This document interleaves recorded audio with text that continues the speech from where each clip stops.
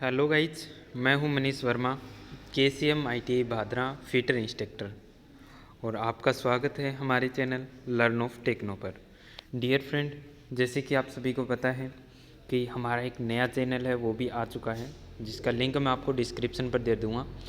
उसमें आपको कोई भी टेक्निकल रिलेटेड जॉब निकल कर आती है, चाहे वो गवर्नमेंट जॉब है, चाहे प्राइवेट जॉब है या अप्रेंटिसशिप की है, तो उस पर आपको सारी अपडेट है वो टाइम पर मिलती रहेगी। जैसे ही कोई रिक्वायरमेंट निकल कर आती है, तुरंत आपको उस पर वीडियो वो मिल जाता है। तो उस चैनल को सब्सक्राइब कर लीजिए। जो स्टूडेंट है वो जॉब की रिक्वायरमेंट देख रहे हैं या जॉब जिन स्टूडेंट को चाहिए होती है, ठीक है, तो उस चैनल को सब्सक्राइब करना ना भूलें, ठीक है। और इस चैनल पर अभी हमारा वन लाइनर MCQ चल रहा है, जिसकी 8 से 10 क्लासें वो हो चुकी हैं। इससे पहले का वीडियो अगर आपने नहीं देखा है तो चैनल पर आपको वन लाइनर MCQ के नाम से एक प्लेलिस्ट मिल जाएगी, वहाँ से आप देख सकते हैं। इसके साथ ही ALP टेक्नीशियन की जो तैयारी कर रहे हैं उनके लिए भी मोस्ट इम्पॉर्टेंट नोट्स हैं, यानी कि जिनको कुछ भी नहीं आता है उनका 60% बेसिक है वो यहाँ से क्लियर हो जाएगा। वन लाइनर बहुत से क्वेश्चन हैं, ठीक है डियर फ्रेंड, और मैं वन लाइनर की ही क्लासें आपके लिए लेता आऊँगा कंटिन्यू, जब तक कि आपका थ्योरी का बेसिक क्लियर नहीं हो जाता है।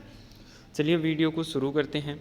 तो आज हम देखेंगे, इसमें देख लेते हैं। इसमें है हमारा फर्स्ट क्वेश्चन है, वो है सोल्डरिंग प्रक्रिया में सोल्डरिंग आयरन का कार्य सोल्डर को पिघलाना है। यानी कि सोल्डरिंग प्रक्रिया, यानी कि जब सोल्डरिंग करते हैं हम, सोल्डर के द्वारा जॉइंट लगाते हैं तो उसको सोल्डरिंग कहते हैं। और इसमें सोल्डरिंग आयरन जो होता है, जिसको काबिया भी बोला जाता है, सोल्डरिंग आयरन का यूज क्या होता है, तो वो सोल्डर को पिघलाना होता है। शोल्डर को पिघला कर की क्या किया जाता है, जॉइंट के ऊपर लगाया जाता है, फ्लक्स के साथ में इसको यूज करते हैं, ठीक है। और ये जो शोल्डर होता है ये अलग अलग मेटल का मिलकर बना होता है, अलग अलग रेशियो में मिलकर क्या है, कार्य के अकॉर्डिंग है वो शोल्डर है वो बनाया जाता है। एक सॉफ्ट शोल्डर भी होता है और एक हार्ड शोल्डर भी आता है, ठीक है। तो इन सब चीज़ों को हम डिटेल से जब पढ़ेंगे तो जब हम थ्योरेटिकल क्वेश्चन करेंगे, ठीक है, या फिर थ्योरी जब हम क्लियर करेंगे। अभी वन लाइनर MCQ चल रहा है तो ज़्यादा इधर उधर नहीं जाएंगे, आपका बेसिक क्लियर होना पहले ज़रूरी है, ठीक है। तो सोल्डरिंग प्रक्रिया में सोल्डरिंग आयरन, जिसको काबिया भी बोलते हैं, इसका काम क्या होता है, सोल्डर को पिघलाना होता है, ठीक है। और सोल्डर के द्वारा जो जॉइंट लगाते हैं उस ऑपरेशन को हम सोल्डरिंग कहते हैं।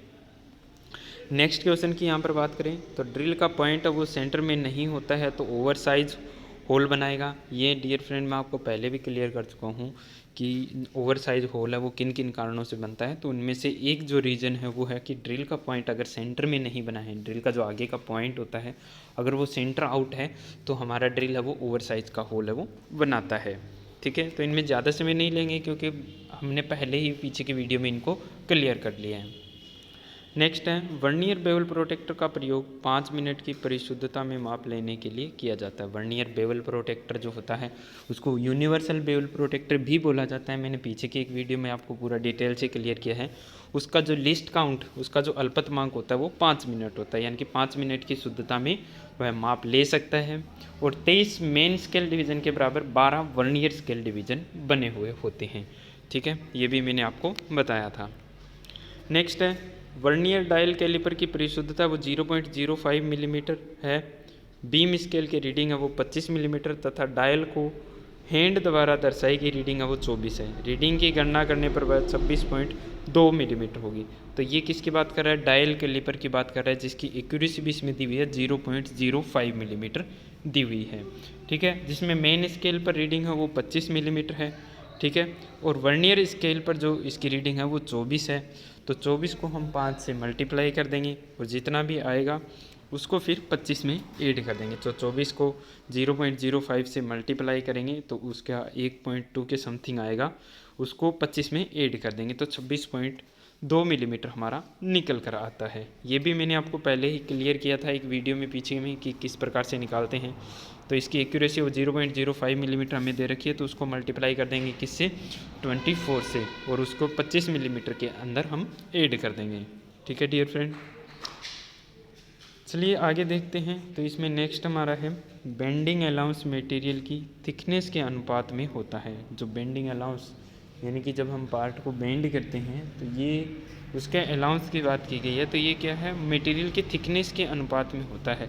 यानी कि जब हम शीट मेटल में शीट वगैरह के ऑपरेशन करते हैं, उसको बेंड करते हैं, मोड़ते हैं, उनको उनके किनारों को जब तैयार करते हैं तो वहाँ की बात की गई है। तो वो थिकनेस के अनुसार ही अनुपात में रखा जाता है, यानी जितने अनुपात में उसका थिकनेस होगा उसके अकॉर्डिंग उसमें बेंडिंग है वो दी जाती है। ठीक है, नेक्स्ट है सीयर का प्रयोग मोटी शीट को काटने के लिए किया जाता है। स्निप और सीयर दो प्रकार की होती है। ये एक प्रकार की कैंची होती है जो लोहे इनके द्वारा है वो काटा जाता है। तो सीयर है, इससे क्या हम मोटी सीट वगैरह काट सकते हैं, रोड वगैरह काट सकते हैं, लेकिन स्निप जो होते हैं उससे पतली चदरें वगैरह काटी जाती है। ये भी बेंट स्निप, स्ट्रेट स्निप होती है। बेंट स्निप होते हैं उससे गोलाई में कटिंग की जाती है, स्ट्रेट स्निप होती है उससे सीधा काट सकते हैं। ठीक है, वहीं पर बेंट सीयर और स्ट्रेट सीयर होता है। तो बेंट सीयर होगा वो गोलाई में काटेगा और स्ट्रेट सीयर होगा वो सीधा लाइन में काटने के काम आता है। नेक्स्ट है जब माइक्रोमीटर के मेजरिंग फेस आपस में संपर्क में है, यदि थिम्बल की ग्रेजुएशन डेटम लाइन से ऊपर है तो माइक्रोमीटर में नेगेटिव एरर होगी।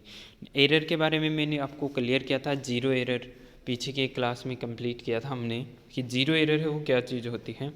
तो मेजरिंग फेस जब माइक्रोमीटर के आपस में टच करवाएंगे तब थिम्बल की ग्रेजुएशन वो डेटम लाइन से ऊपर है, यानी कि डेटम लाइन से ऊपर का मतलब क्या होता है उसमें कि पीछे ही रह गई है। ठीक है, तो उसमें क्या होगी हमारी पॉजिटिव एरर नहीं, जो डेटम लाइन से ऊपर है यानी कि डेटम लाइन से आगे बढ़ गई है, सॉरी डेटम लाइन से आगे बढ़ जाती है तो नेगेटिव एरर होता है, और पीछे अगर रह जाती है डेटम लाइन से तो फिर क्या होती है पॉजिटिव एरर होती है। तो इसमें क्या बोला है कि डेटम लाइन से आगे चली गई है यानी ऊपर चली गई है तो हमारा क्या होगा नेगेटिव एरर होगा। और जितना नेगेटिव एरर होता है उसको कुल रीडिंग में क्या करते हैं हम जोड़ देते हैं, तो हमारा सही जो रीडिंग है वो निकल कर आ जाती है। यानी कि अगर हम एरर है उसको ठीक नहीं कर पाते हैं तो कुल रीडिंग में नेगेटिव एरर को जोड़ देते हैं और कुल रीडिंग में से पॉजिटिव एरर को घटा देते हैं, तो हमारा एक्चुअल में जो क्या रीडिंग है वो निकल कर आ जाती है। नेक्स्ट है इसमें साधारण स्ट्रक्चर कार्य के लिए स्नेप हेड रिवेट का प्रयोग किया जाता है, यानी स्ट्रक्चरल वर्क में हम कौन से रिवेट का यूज करते हैं तो स्नेप हेड रिवेट का यूज है वो नॉर्मल सभी साधारण कार्यों के लिए स्ट्रक्चरल वर्क के लिए किया जाता है, और बाहरी बनावट संबंधित कार्यों के लिए हम पेन हेड रिवेट का यूज है वो करते हैं। यानी बाहरी बनावट संबंधी कार्य अगर पूछ लिया जाए तो पेन हेड रिवेट यूज करेंगे, और साधारण स्ट्रक्चर कार्य के लिए स्नेप हेड रिवेट का प्रयोग है वो किया जाता है। ठीक है, स्नेप हेड रिवेट और पेन हेड रिवेट के बहुत बार क्वेश्चन पूछ लिया जाता है। तो स्ट्रक्चरल वर्क आएगा तो स्नेप हेड रिवेट यूज करेंगे, और अगर बाहरी बनावट संबंधी कार्य आएगा तब वहाँ पर हम क्या करेंगे पेन हेड रिवेट का यूज है वो करते हैं।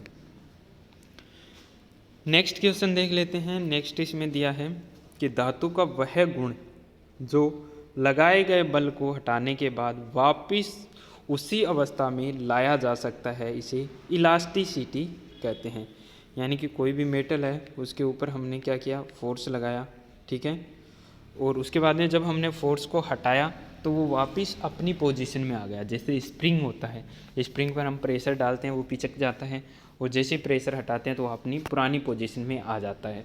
ठीक है, तो उस चीज़ को क्या बोलते हैं, उसको इलास्टिसिटी बोला जाता है। उस चीज़ को क्या बोलते हैं इलास्टिसिटी बोला जाता है। एक होता है प्लास्टिसिटी। अब प्लास्टिसिटी क्या होता है, तो प्लास्टिसिटी में जब हम कोई भी मेटल है उसके ऊपर प्रेशर लगाएंगे तो वो पिचक जाएगा, और जब प्रेशर हटाएंगे तो वो वापस अपनी पूर्व स्थिति में नहीं आएगा, यानी पहले वाली पोजीशन में नहीं आएगा, उसी पोजीशन में रह जाएगा जिस पोजीशन में हमने जब उस पर प्रेशर लगाया तब उसकी जो शेप बनी वो उसी शेप में बनकर रह जाएगा। तो वो हमारा होता है प्लास्टिसिटी।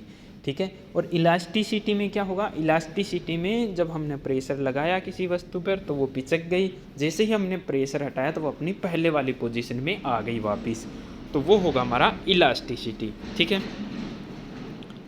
नेक्स्ट है इसमें कार्बाइड एक non ferrous cutting tool material है। कार्बाइड होता है ना, ये क्या है एक कटिंग टूल है जो क्या है non ferrous cutting tool material होता है। कार्बाइड की टिप वगैरह लगाकर हम क्या ज़्यादातर यूज करते हैं, कार्बाइड के टिप टूल यूज किए जाते हैं। ज़्यादातर लेथ मशीन पर हम कार्बाइड टिप टूल यूज करते हैं, या फिर ड्रिल होती है तो इसमें कार्बाइड की टिप लगाई जाती है। तो ये क्या है non ferrous cutting tool material है, यानी कि ये फेरस मेटल नहीं है, नॉन फेरस मेटल है, लेकिन इसका यूज़ हम कहाँ पर करते हैं कटिंग टूल वगैरह बनाने के लिए इसका यूज़ करते हैं कार्बाइड का।